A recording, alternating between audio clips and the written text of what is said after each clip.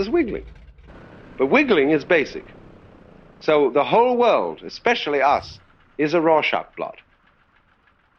And science is the art of trying to make unanimous sense of this block. And what science does is, it isn't that there are certain fixed laws of nature which things obey. It isn't as if the wiggly events of the world are running on tram lines, and they have to do that. They don't have to. Point is that in order to make sense out of what is going on, there's no way of making sense, because sense and order are the same thing. Therefore, we invent orders and describe the way things fit them. In other words, here is the scatter of stones, but it just so happens that I've scattered them over a regularly spaced floor. Each of these divides in the planking is even. And so I can classify every stone according by numbering the board which it's on. And by doing that, I'll be able to identify them, and I'll be able to talk about various regularities in the way, you see, I threw them all out like that. And there were certain dynamic principles involved, and these principles can be measured and discussed in terms of the intervals at which all the stones fell. But in fact, though, I invented the order. That order of distances between the divides and the boards is just as much a projection on the formation of the stones as considering, for example, that this group lie in a straight line. Something projected on it. So in just this way, though, we are projecting onto a wiggly universe an order. It's the only way to make sense out of it. And to a very certain, because after all, wiggles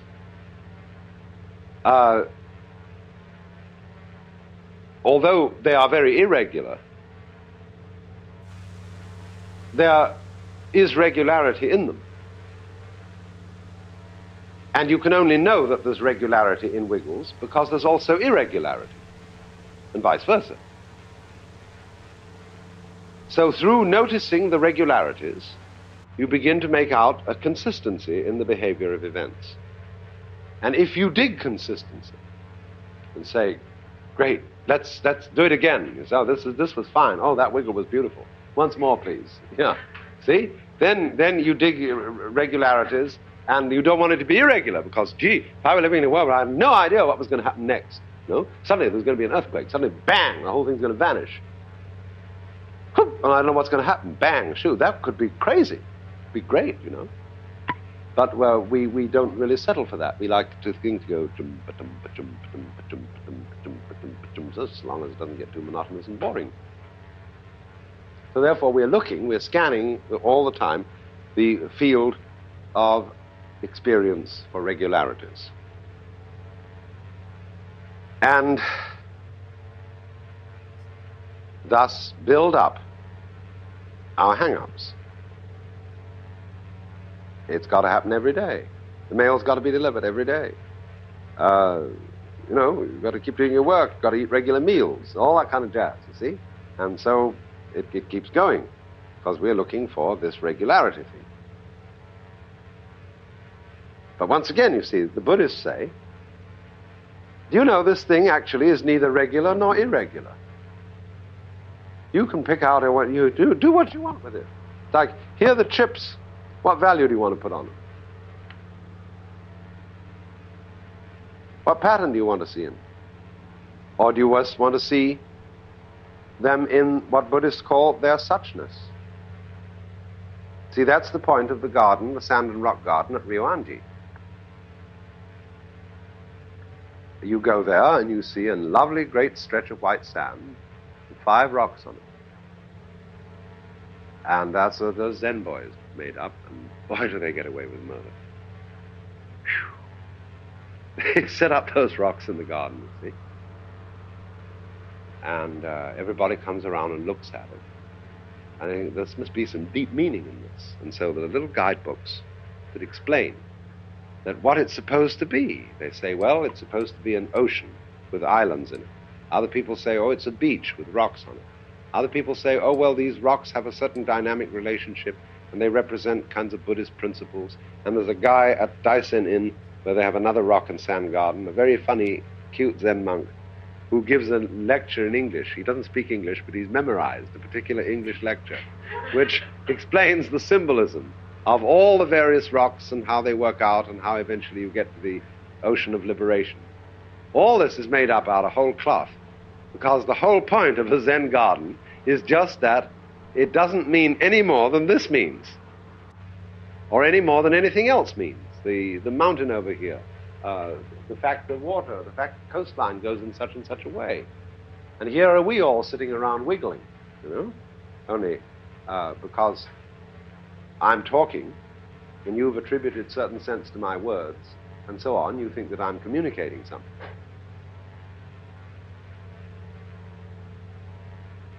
But actually, everything that we're doing is like this. Now, we are brought up to think, oh, that's too bad. If that's all it is, you see, if it's just this suchness, if it's just an arrangement that fell out like that, what's the point?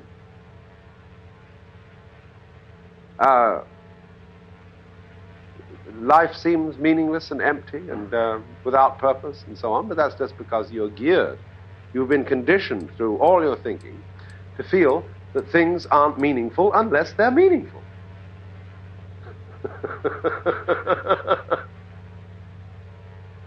When you say, well, life doesn't have any meaning, that's because you've had it drilled into you that it ought to have. So you make a meaning of it. And if, on the other hand, nobody ever told you that life ought to have a meaning, and that it ought to make some sense, and it ought to be going somewhere, and that you should survive, then you wouldn't expect it. You just dig it as it happens. So really what this is saying is, it isn't that things are meaningless, it isn't that they're meaningful. It's just that they are so happen to be spread this way.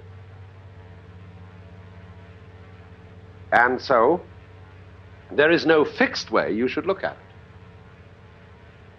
So what is called as the first principle of the Buddha's Eightfold Path, Samyak Drishti, means Samyak, perfect, Drishti, view.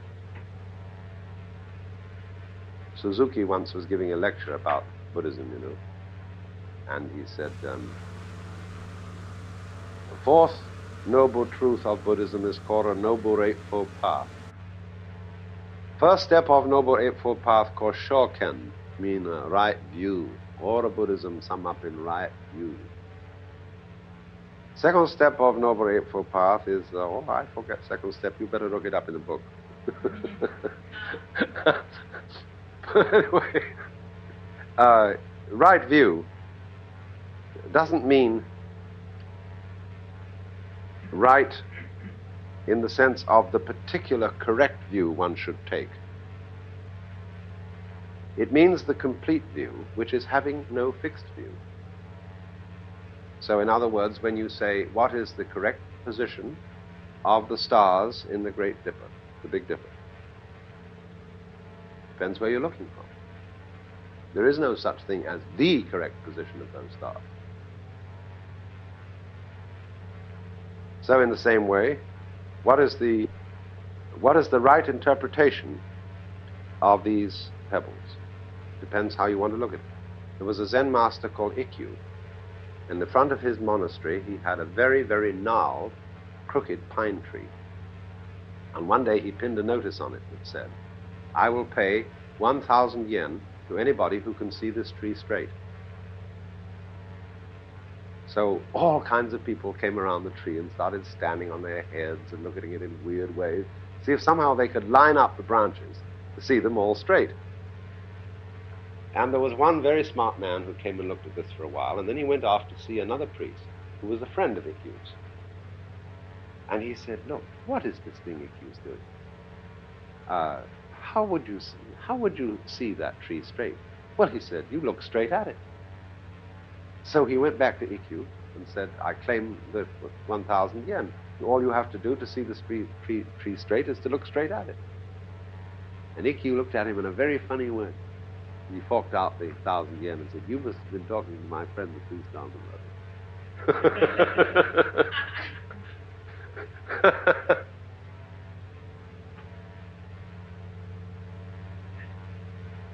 So now,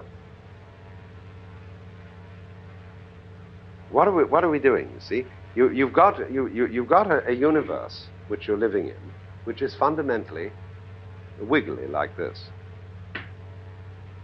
and you are an event in this wiggle. See, only you're trying to straighten it out. You're trying to see order in it.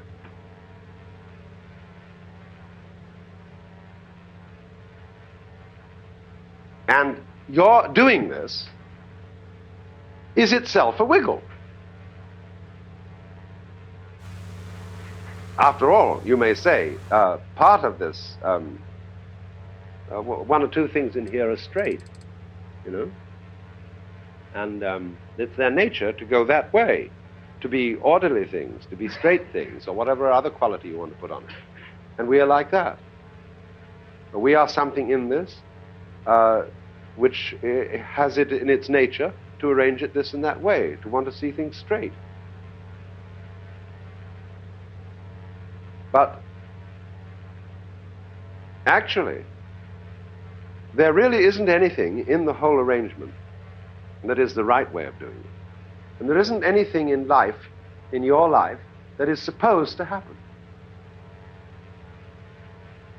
You're not supposed to live to be 80 or to die when you're 23. It doesn't make the slightest difference. You can be one or the other. That's why they say, in the scenery of spring, there is nothing superior, nothing inferior. Flowering branches grow naturally, some short, some long.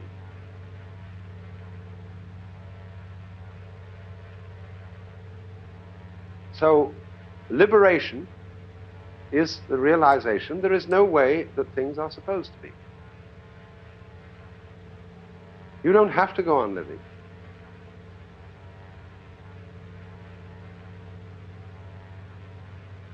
You are, you're what there is. It's up to you to decide.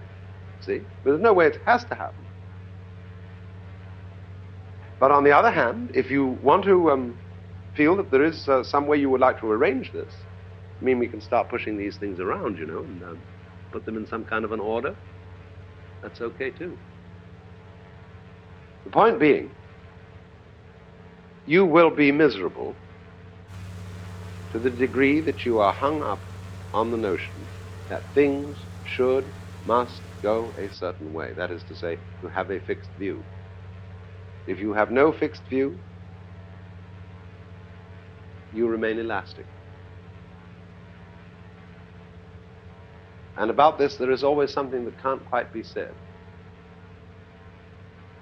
When we say, I have no fixed view, it sounds as if I were just a non-entity, like a moron. Chinese proverb says, as a hollow room echoes all sounds, an empty mind is open to all suggestions.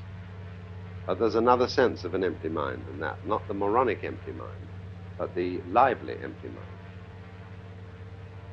The empty mind that can either let it alone or project patterns onto it, and especially do both.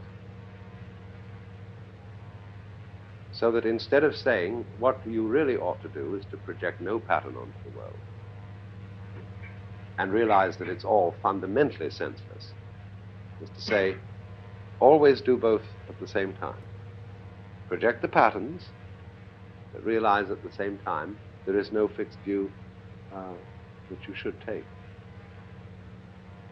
This is exactly the same thing as being able to realize that there are rights and wrongs and things that should be done and should not be done. But at the same time, there's another point of view from which you can see that everything that happens is right the way it is, and that human life never makes an aesthetic mistake, just as the patterns of the clouds and of the foam never make aesthetic mistakes.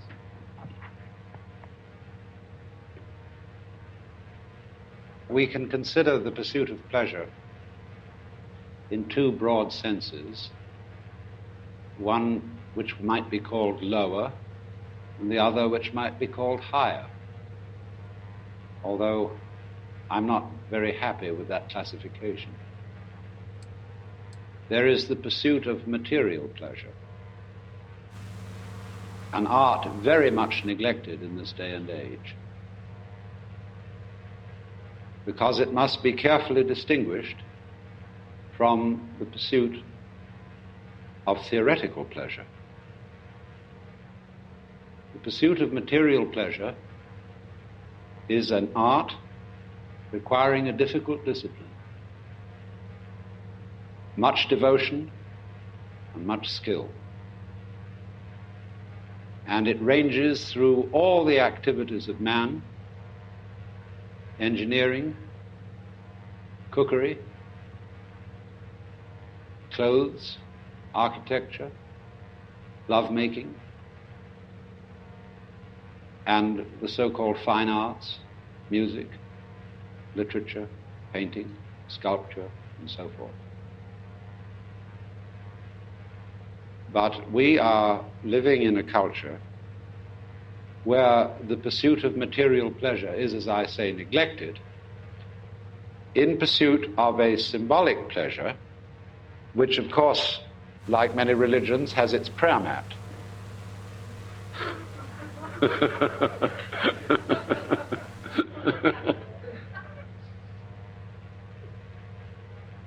Because a monetary unit is, of course, useful in exactly the same way that inches and hours, days, months, pounds, grams, and other units of measure are useful. But nobody has yet made a claim to fame by collecting inches. I have more inches than you. Because it is not a matter of social agreement that the possession of inches represents the possession of wealth. It is a matter of social agreement, and this is the only validity for money having any value whatsoever, is that everybody agrees that the chips are worth so much. And money is exactly like poker chips, except there's an agreement between all of us that we will accept them in lieu of goods and services. But goods and services constitute real wealth. And we are living in a society where we eat the menu instead of the dinner, because we are more interested in accumulating the tokens of wealth than wealth. And this flows over from symbols such as money itself into many other dimensions of life, because we tend on the whole to confuse symbol with reality. The idea that this world that we see with our five senses is a material world is merely an idea. Materialism as a philosophy of nature, dialectical materialism, naturalistic materialism, is a point of view. It's a concept. It's very, very highly abstract notion. So equally is the notion that this world that we see with our five senses is basically mental or spiritual. That also is a concept. The actual world is neither spiritual nor material. There is no way of saying what it is, because it is, like mystical experience, ineffable. It cannot be effed or spoken, from the Greek phemi, to say. So that world, which is neither spiritual nor material, is the neglected world. Most people think of it as material, but it's very much overlooked. Symbols are substituted for it. That is to say, we have symbolic goods. People live in symbolic homes, drive symbolic automobiles, wear symbolic clothes, which are valued for what they cost rather than for their quality. And this is, of course, as I've insisted, perhaps ad nauseam, especially manifested in what we eat. Our standards of cooking are improving, thanks to Gourmet magazine and a few redoubtable people on the radio like Julia Childs. But by and large, the food of even wealthy people is disgraceful. It is symbolized by bread, which is supposed to be our staff of life, and we eat nothing but a kind of consumable styrofoam, fortified with vitamins, and you can read the list of them on the wrapper as if it were medicine. Also, in the pursuit of pleasure in the form of the fine arts, we don't really enjoy it.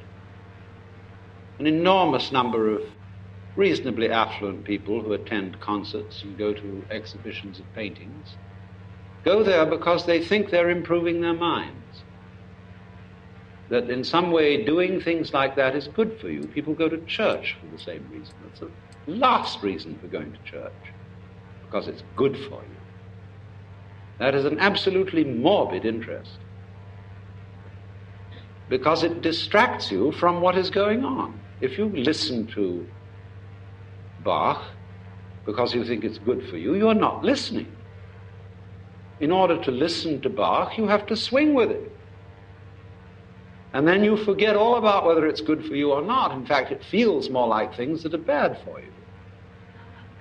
When you swing with Bach, it begins to feel like sex. And as everybody knows, that's terribly bad for you.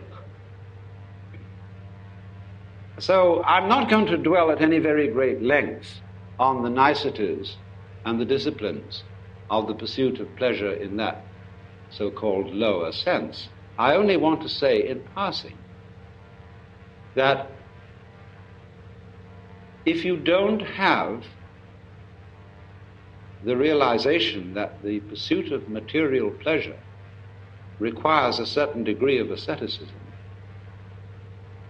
you won't be able to pursue any other or higher kind of pleasure. Because asceticism is not unpleasant. Asceticism is like an olive between wines. It cleanses the palate. And what's the matter with olives? It is like taking some sort of exercise, which can be very pleasurable indeed, provided you don't do it grimly. There is a dreadful exercise being used today called jogging, which has absolutely nothing to recommend it. Because to begin with, when I watch people jogging, they obviously show they don't know how to run. They're running mostly on their heels. And that jars the bones all the way through and upsets the vertebral discs and so on.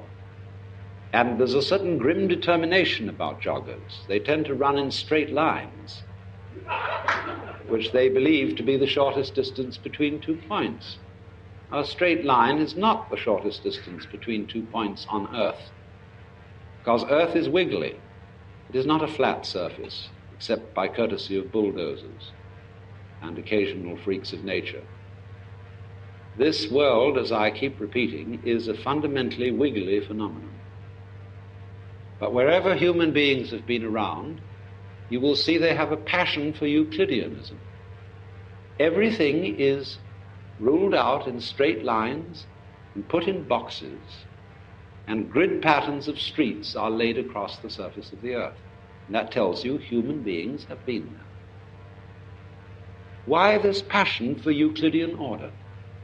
Because Mr. Euclid had a very, very simple mind and tended to think in these rather uninteresting shapes instead of in curvaceous wiggles.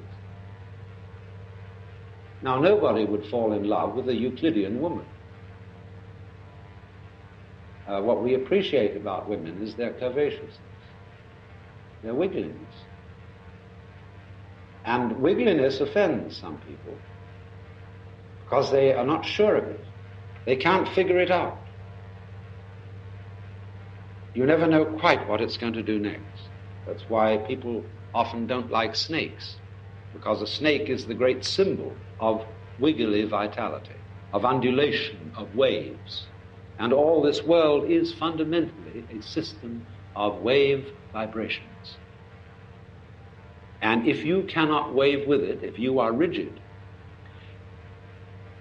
you will always be resisting life. So wiggliness, going with wiggliness, in other words, do you swing, is fundamental to the pleasure of life.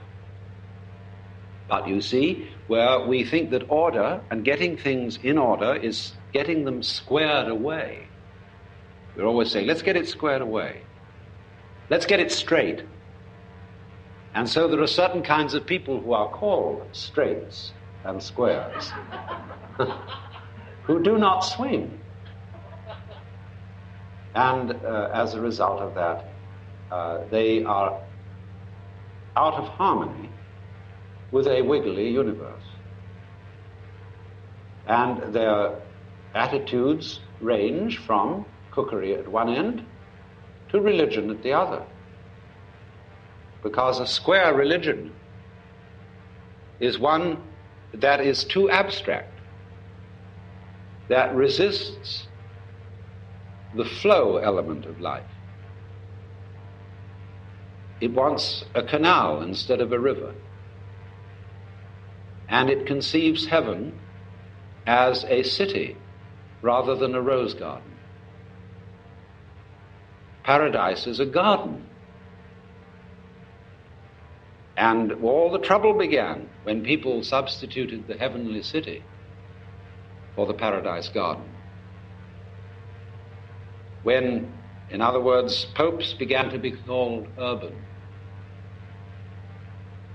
and unbelievers were called pagan, because a paganus is a country dweller, a man of the wiggles, as distinct from a man of the streets,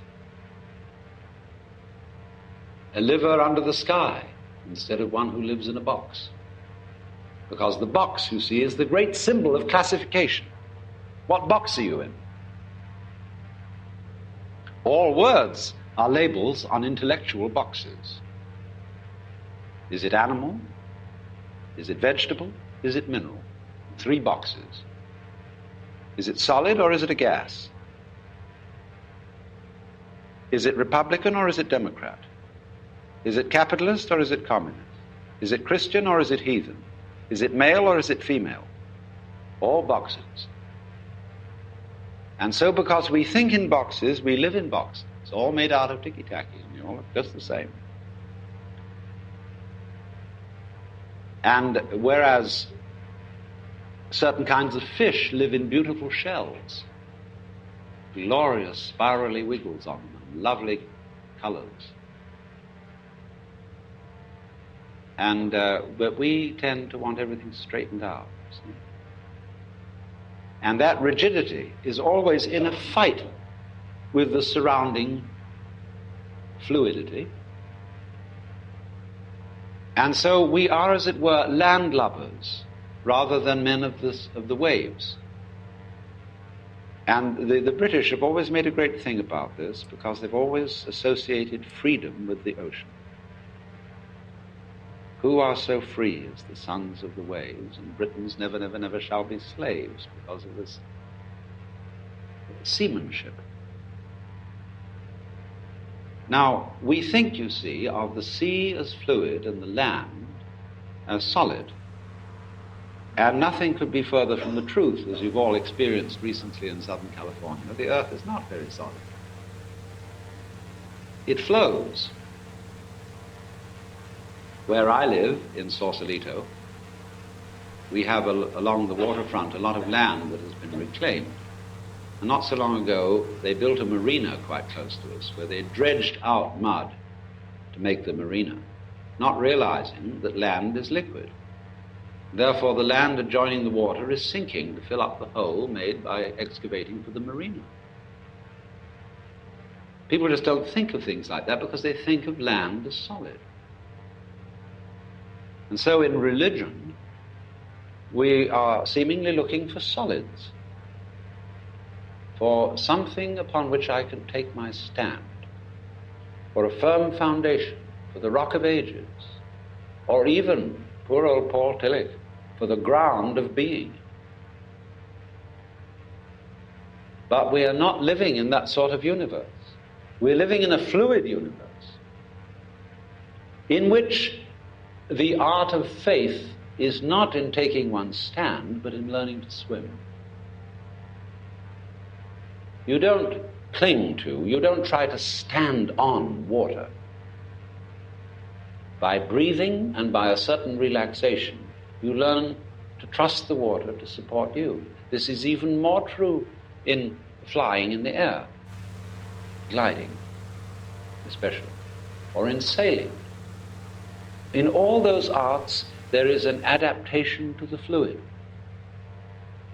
And that is the major thing that we have to learn if we want to survive as a species and survive happily. Nobody wants just to go on. One wants to go on in an elegant way.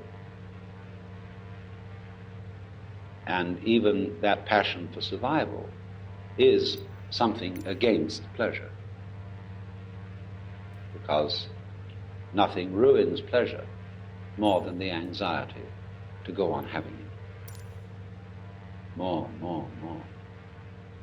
Because that shows, when you ask for more, and have the anxiety to go on, that you're not having it now.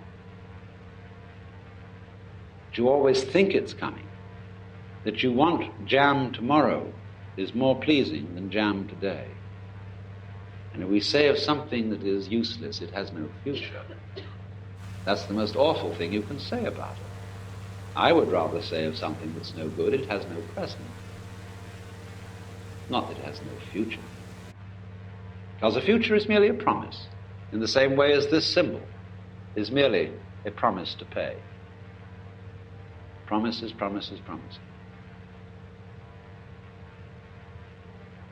So, therefore, it is fundamental to pleasure that one learns to wiggle and not be stiff and rigid. As we would say, let go. Relax. That doesn't mean become droopy. Relax means to become supple. It also means to learn the strength of your weight, how to use weight, how to flow with gravity. Water, for example, always flows with gravity, and it wiggles. It takes the course of least resistance, and yet has tremendous strength. But we, in our white Anglo-Saxon Protestant ethical system, not to mention our Irish Catholic one, which is really the same thing, only a little bit more fancy and dressed up in lace, is to take the line of least resistance is considered cowardly and despicable. Go straight, gaflooing, right through, with the bulldozer ahead. Why go straight? Well, you've got to get there. Fast sway, shortest distance between 2 points. And I get back to jogging.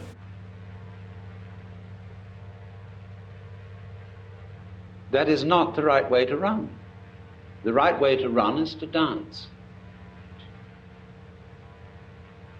To dance across the countryside.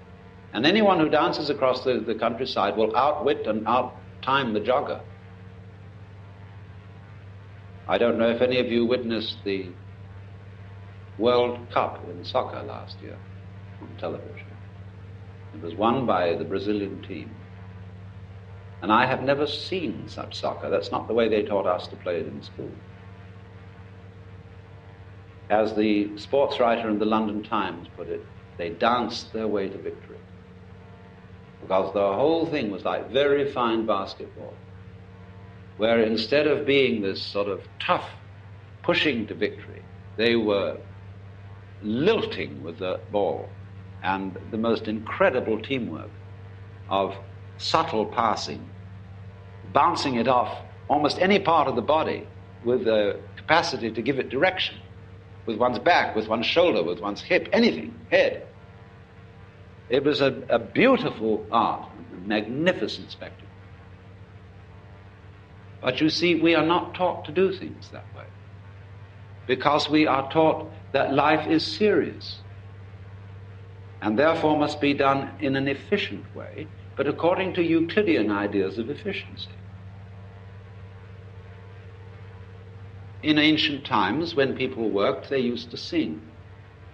Hardly anybody sings anymore, except at a performance of some kind or something like that.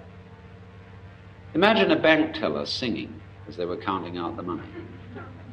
Oh, the king was in his counting house, counting out the money, 5, 10, and 20, 30, 40, 50, you know. Why not? What would happen if you were confronted by a singing bank teller? You would complain to the management and say, this is money, it's very serious. We could sing about it, everything will go wrong. Can you imagine a stockbroker's working song? I have seen people. I once had my shoe shine in a New York subway. That was a most extraordinary performance.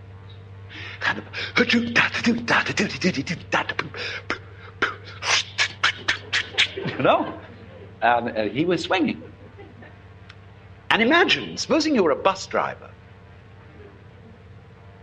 You know, most people, when they drive a bus and through city traffic, they are cursing and swearing and being angry and fighting the clock all the way through town. Well, it's a disaster.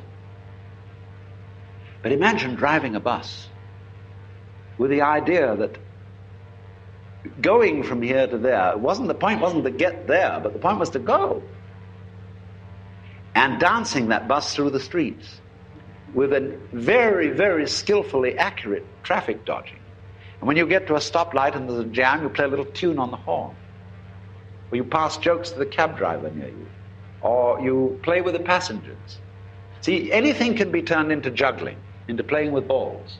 That's why we say, have a ball. So this bus driver is swinging through the streets. And he prides himself in the marvel of his terpsichorean art. But people don't do that. Because work is not supposed to be pleasant. Because you get paid for it. You're not supposed to get paid for enjoying yourself. See, that's what I do. I think I'm smart. I talk to you not because I think I'm doing you any good, but because I like talking about these things. And if you pay me for it, then I make my living. As simple as that. I'm a sort of philosophical entertainer. But that's the point, that the transformation of work is swinging it. And the curse of work that came in the story of Genesis, you see, work became a curse because the tree of knowledge was the knowledge not of good and evil in the ordinary sense, but of the advantageous and the disadvantageous. The words in Hebrew refer to the art of metallurgy. That's where the trouble begins. When we use technology to get there fast,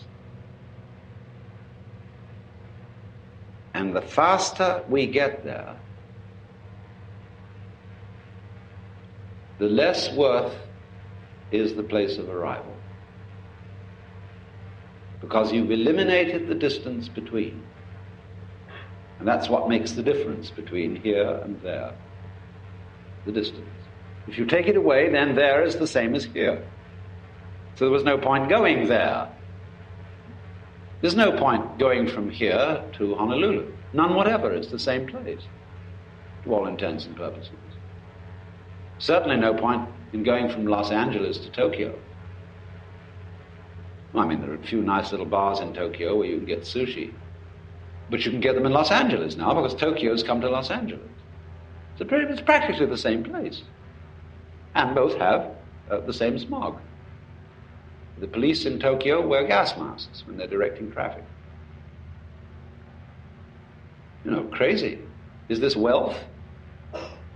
You have a $150,000 house in Beverly Hills and live in poison gas? Crazy. That's wealth. So, work then being regarded as a method of getting there effectively. A lot of businessmen imagine that they are practical people. They say, I don't go in for philosophy and that kind of thing. I'm a practical man. I like to get things done. What? What is practical? Well, you made money. But that's not practical until you spend it, till you enjoy it. And it's very difficult to enjoy money. Money is a great responsibility. Besides, if you get lots of it, you're afraid somebody's going to take it away. It gives you the jitters. You know, lots of people think that if they had a little more money, their problems would be solved. And they get it, and they worry about their health. There's always something to worry about if you're the worrying kind.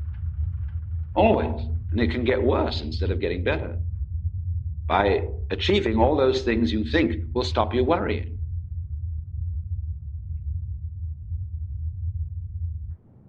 So the first principle in, we could call it the art of pleasure, is you must swing.